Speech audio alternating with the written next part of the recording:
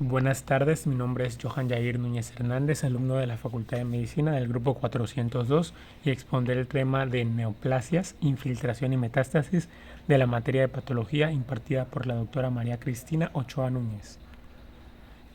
Hablando de infiltración y metástasis, entonces hablamos de la principal causa de mortalidad por cáncer y se deben a interacciones complejas entre la matriz extracelular, las células cancerosas y las células estromales. Es una especie de triada, pues, si lo podemos decir de algún modo. Es posible fragmentar estas interacciones en una secuencia de pasos. Las vemos aquí en pantalla, desde la infiltración local hasta el crecimiento con el propósito de generar tumores macroscópicos. En el libro tenemos esta imagen. Aquí se nos va a ejemplificar básicamente los pasos que están en la diapositiva anterior, mostrándonos el proceso de la cascada metastásica.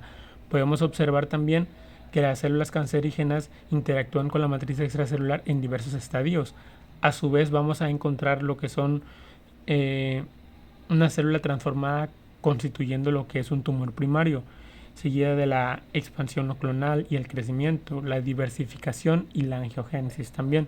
Posiblemente también también un subclon metastásico, a su vez que vamos a ver un proceso de adhesión, invasión a través de la membrana basal para después pasar a través de la matriz extracelular y terminar entrando a los vasos sanguíneos.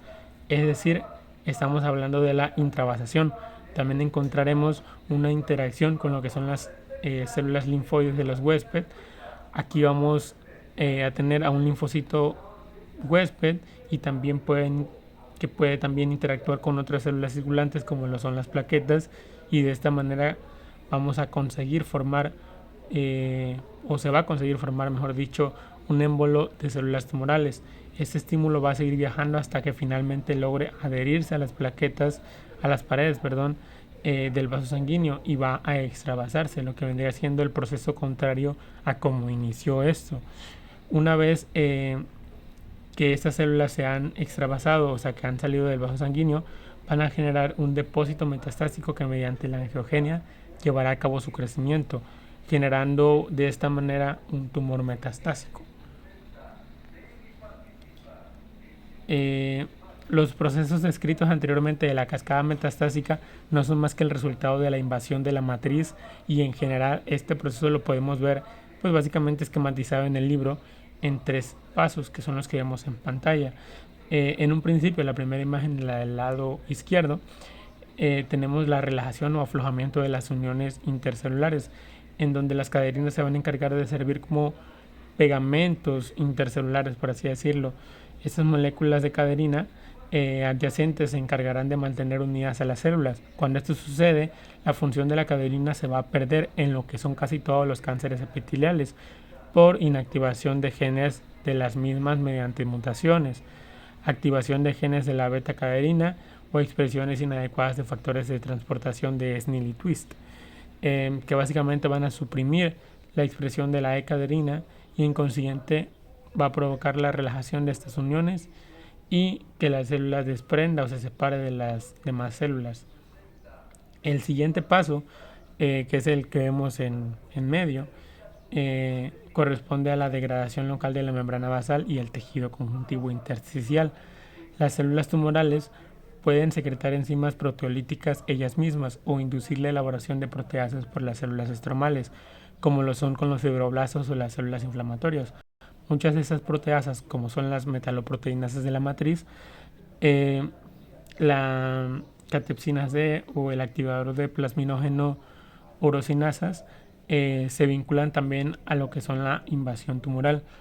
Las metaloproteinasas se van a encargar de regular la invasión tumoral no solo mediante la remodelación de los componentes insolubles de la matriz intersticial y la membrana basal, sino también porque liberan factores de crecimiento que se encuentran en la matriz extracelular, y estos tendrán efectos angiogéneos, quimiotácticos y promotores del crecimiento, en consiguiente formándose una adhesión presentada por cambios en la unión de células tumorales o proteínas de la matriz extracelular, seguida del tercer y último paso, que son las que vemos del costado derecho, que es pues básicamente la migración e invasión que es el paso final de la infiltración, en donde se empujan a las células tumorales a través de la membrana basal degradada y las regiones de proteólisis de la matriz. En el libro nos dice que generalmente el tamaño del tumor influye mucho en si existe o no metástasis, ahora sí que a futuro o después. Por ejemplo, los tumores de mayor tamaño tienen mayor probabilidad de presentar metástasis que los pequeños. Esto posiblemente porque las grandes tienen más tiempo de evolución, así que digamos que de este modo aumenta la posibilidad de presentar metástasis.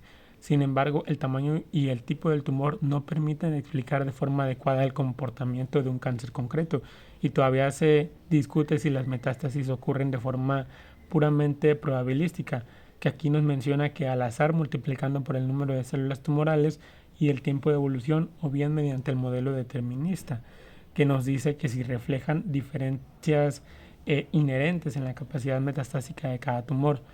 Este modelo nos dice que además que las metástasis son inevitables en algunos tumores porque sus células tienen fenotipos metastásicos específicos. Una posibilidad que tenemos es que solo unas pocas células tumorales acumulan todas las mutaciones precisas para producir metástasis, lo que terminaría explicando la baja eficiencia del proceso. Una opción alternativa nos dictamina que algunos tumores adquieren todas las mutaciones precisas para ocasionar metástasis en fases tempranas del desarrollo, y estos son los que tienen el papel de malos, por así decirlo, nos los menciona en el libro, o bien pues se va a interpretar como la malignidad.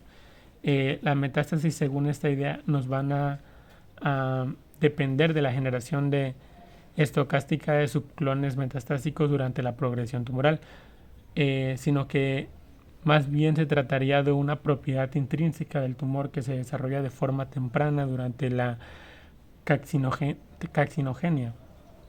Finalmente podemos decir que los mecanismos no son excluyentes entre ellos y podría ser que los tumores agresivos adquieran un patrón de expresión de genes permisivos con las metástasis en fases precoces de la oncogenia, pero a su vez que necesariamente también tienen algunas mutaciones aleatorias adicionales para pues, completar el fenotipo metastásico.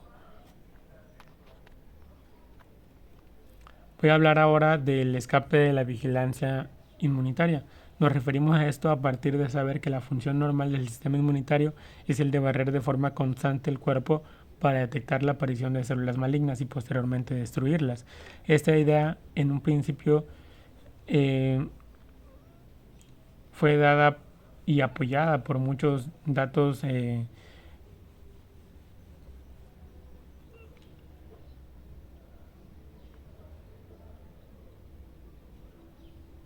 como por ejemplo la demostración directa de los linfocitos T y anticuerpos frente al tumor en los pacientes. Los factores específicos que regulan el resultado de las interacciones entre las células tumorales y el sistema inmunitario del huésped son numerosos y a su vez todavía se están definiendo. Dada su complejidad, resulta útil plantear una serie de principios unificadores. Primeramente, la expresión de antígenos por las células cancerosas que van a estimular el sistema inmunitario y que parecen tener un papel importante en la prevalencia de la aparición del cáncer. Posteriormente, a pesar de dicha expresión de antígenos, la respuesta inmunitaria frente a tumores establecidos resulta ineficaz, en algunos casos fomentará el crecimiento del tumor por la adquisición de cambios que le van a permitir a las células tumorales evitar las respuestas antitumorales y fomentar las respuestas protumorales. Finalmente, la definición de los mecanismos de elevación inmunitaria y la inmunomanipulación por las células tumorales han permitido el desarrollo de inmunoterapias eficaces que efectúan reactivando las respuestas inmunitarias latentes del huésped. Ahora bien, centrándonos en el punto de en medio, es decir, en la respuesta inmunitaria ineficaz, se hace mención a que los antígenos tumorales, tras la aparición de neoantígenos luego de la creación de nuevas secuencias de proteínas, sucesos que ocurren en el cáncer, estos neoantígenos el sistema inmunitario no conoce y en algunos casos que no es tolerante puede reaccionar frente a ellas. En algunos casos, estas proteínas no mutadas expresadas por las células tumorales pueden estimular la respuesta inmunitaria del huésped.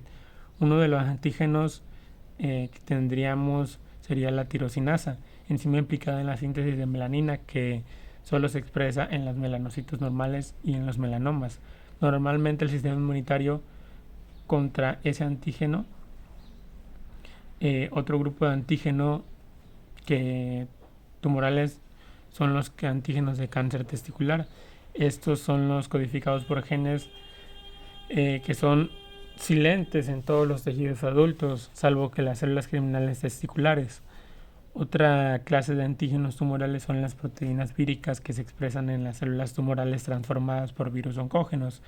Las más potentes de estos antígenos son las proteínas con una infección latente por virus de ADN, por ejemplo el PPH o el virus de Epstein-Barr. Ahora bien, les voy a hablar de las respuestas inmunitarias eficaces frente a los antígenos tumorales.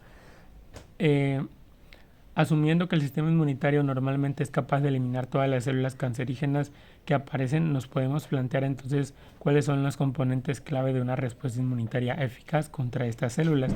A partir de aquí podemos desglosar una serie de pasos que muy posiblemente podrían iniciar con la muerte de células tumorales, cosa que ocurre frecuentemente en las neoplasias por la desregularización del crecimiento. Cuando estas células tumorales mueren, liberan señales de peligro, como se ve en el esquema que está en pantalla. En la parte superior nos vamos a centrar en este momento. Estos son patrones moleculares asociados a daño que se van a encargar de estimular las células de la inmunidad, incluidos los fagocitos residentes, las células presentadoras de antígenos, por ejemplo las células dendríticas que tenemos en el esquema en la esquina superior derecha. Estas células se van a encargar de fagocitar los restos de esas células tumorales que van muriendo, y posteriormente van a migrar al ganglio linfático, donde se llevará a cabo la presentación de los neoantígenos que fueron liberados por las células tumorales que murieron. Entonces estos neoantígenos van a ser presentados en el contexto de complejo mayor de histocompatibilidad de clase 1, proceso que recibe el nombre de presentación cruzada. Esos antígenos tumorales que se muestran van a ser reconocidos por los linfocitos TCD8, como vemos en el centro del esquema.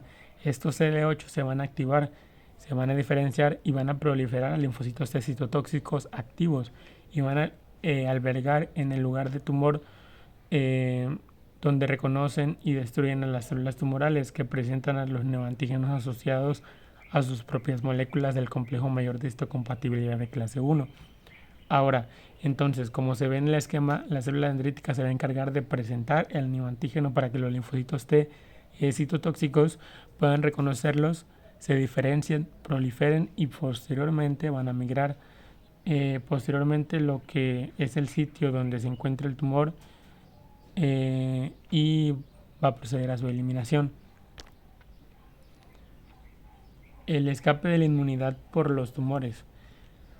Ahora, bien se sabe que nuestro sistema inmune es capaz de reconocer y de eliminar células cancerígenas que empiezan a aparecer.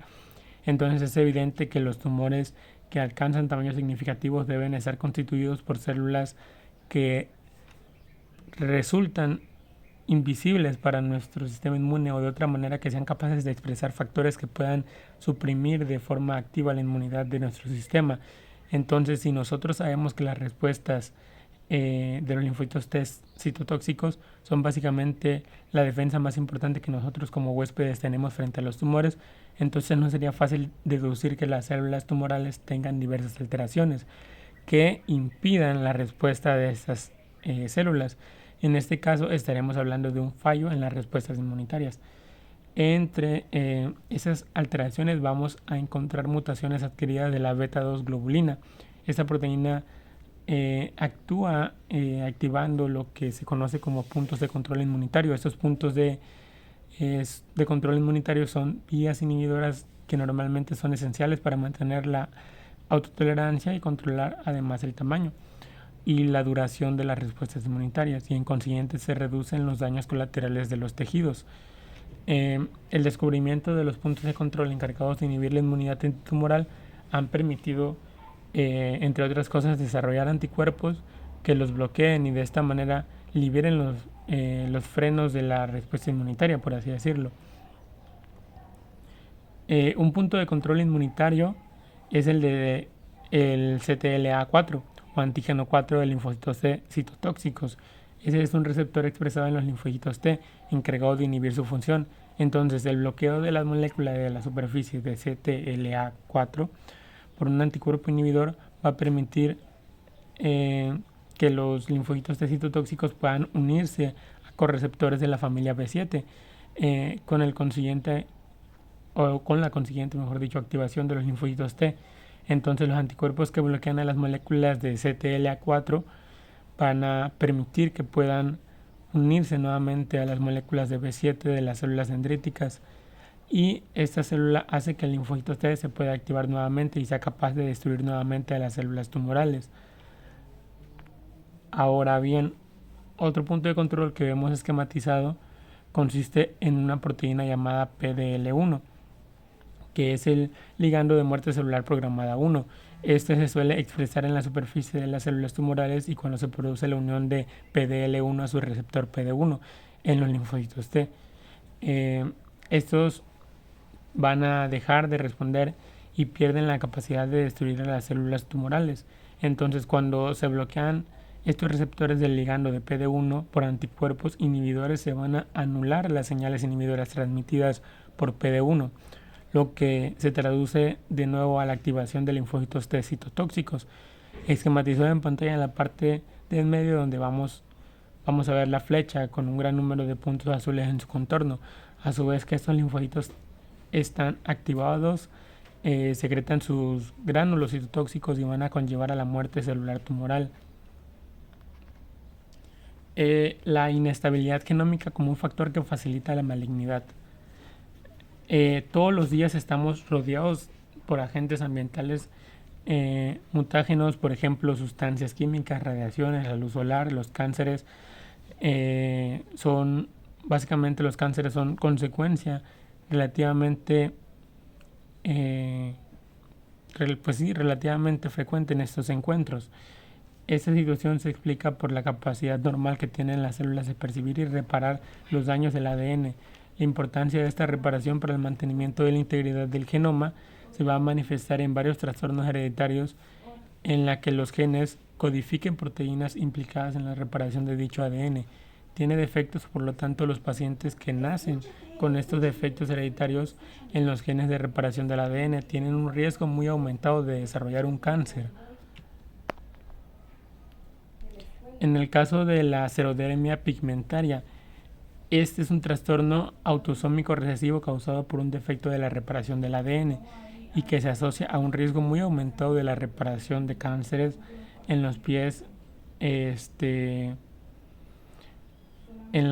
la piel que es expuesta al sol. Los rayos ultravioleta del sol provocan la formación de enlaces cruzados en los residuos de pirimidina, lo que impide la replicación normal de ADN. Estas lesiones de ADN reparan mediante el sistema de reparación por decisión de nucleótidos, en el que va a participar varias proteínas, y la pérdida hereditaria de cualquiera de ellas puede dar lugar a este padecimiento. En el caso de las enfermedades con defectos de la reparación del ADN mediante recombinación homóloga, encontramos el síndrome de Bloom, principalmente la ataxia, telangiectasia y la anemia de Falcón. Esta se caracteriza por una hipersensibilidad frente a los agentes dañinos para el ADN, como la radiación ionizante en el síndrome de Bloom o la ataxia, o los agentes que provocan enlaces cruzados en el ADN. El síndrome de Bloom se asocia a mutaciones del gen Bloom que codifica una proteína de la familia de las helicasas del ADN. Se caracteriza por una hipersensibilidad de luz solar, generando un rash eritematoso en regiones expuestas como mejillas o el torso de las manos, etc. Los pacientes presentarán también una baja estatura, también va a presentar una voz aguda, facies larga y estrecha, micrognatia, nariz y orejas prominentes y a su vez manchas cafés claros, deficiencias de inmunoglobulinas que provocan neumonía y otitis de repetición. En el caso de la ataxia telangiectasia, este afecta al sistema nervioso, el sistema inmune, entre otros sistemas. Los síntomas se hacen presentes en niños pequeños menores de 5 años, generalmente incluyen la ataxia, la dificultad para coordinar movimientos, problemas con el equilibrio, infecciones pulmonares, retrasos en el desarrollo físico y sexual y mayor predisposición de desarrollar diabetes y cáncer. Por su parte, la anemia de Fanconi se caracteriza por pancitopenia progresiva en el descenso normal de los elementos de la sangre, insuficiencia de la médula ósea, malformaciones congénitas variables y una predisposición a desarrollar tumores sólidos o hematológicos. Finalmente, la inflamación como un factor que posibilita la malignidad. Tras unos estudios en modelos de animales que se realizaron previamente, se sugiere que las células inflamatorias también modifican el ambiente tumoral para posibilitar muchas de las características del cáncer. Estos efectos pueden relacionarse con interacciones directas entre las células inflamatorias y tumorales o con efectos indirectos de las células inflamatorias sobre otras células estromales residentes, sobre todo los fibroblastos asociados al cáncer y todas las células endoteliales. Entre los posibles efectos posibilitadores del cáncer de las células inflamatorias y estromales residentes, vamos a encontrar los diferentes puntos que miramos en pantalla. Inicialmente, la liberación de factores que fomentan la proliferación, en donde los leucocitos y las células estromales activadas secretan una amplia gama de factores de crecimiento, como el factor de crecimiento epidérmico, y además proteasas que pueden liberar factores de crecimiento de la matriz extracelular, seguido por el punto 2, la eliminación de los supresores de crecimiento, que esto suprime mediante interacciones intercelulares y entre las células de la matriz extracelular las proteasas que se liberan por las células inflamatorias, que pueden degradar las moléculas de adhesión que intervienen en esas interacciones, eliminando así una barrera de crecimiento. El tercer punto sería un aumento de la resistencia frente a la muerte celular, la separación de las células epiteliales respecto a las membranas basales. Las interacciones intercelulares pueden provocar una muerte celular programada denominada anoiquis. El cuarto punto es la angiogenia, en el que las células inflamatorias van a liberar numerosos factores, incluidos el factor de crecimiento endotelial que estimula la angiogenia. El siguiente punto, el penúltimo, es la invasión y la metástasis, que ya se estuvo hablando de ello. Y el último sería el escape de la destrucción inmunitaria, en el que los diversos factores solubles liberados por los macrófagos y otras células estromales parecen contribuir al microambiente inmunodepresor del tumor, siendo los principales sospechosos el factor de crecimiento transformador beta y otros factores que favorecen el reclutamiento de los linfocitos T reguladores inmunodepresores o suprimir la función de estos linfocitos T citotóxicos. Por mi parte ha sido todo, muchas gracias, espero que haya quedado muy claro.